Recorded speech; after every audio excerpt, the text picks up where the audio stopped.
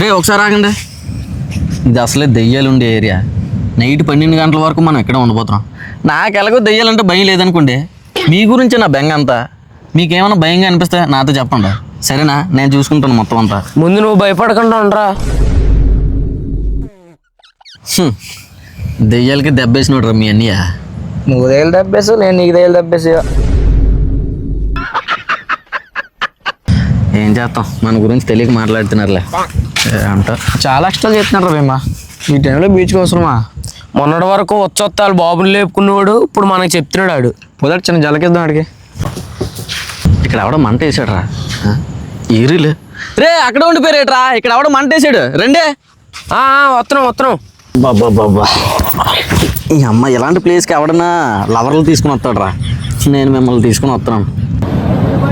నాకు ఒక గన్ను ఇస్తారా?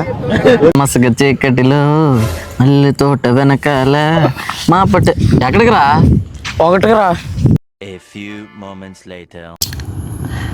ఎందుకు భయంగా ఉంది. దేవుడికి నేను తెచ్చుకుని నమ్మకం ఉన్నదిలే.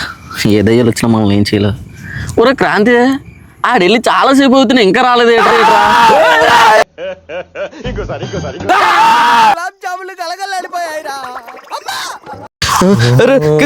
రాదు ఏమైందిరా?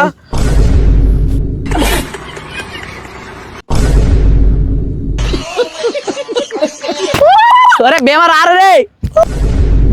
దెయ్యాలకి దెబ్బేసాడంట. పాపం ప్యాంట్ తడిచిపోయాడు పిల్లడు.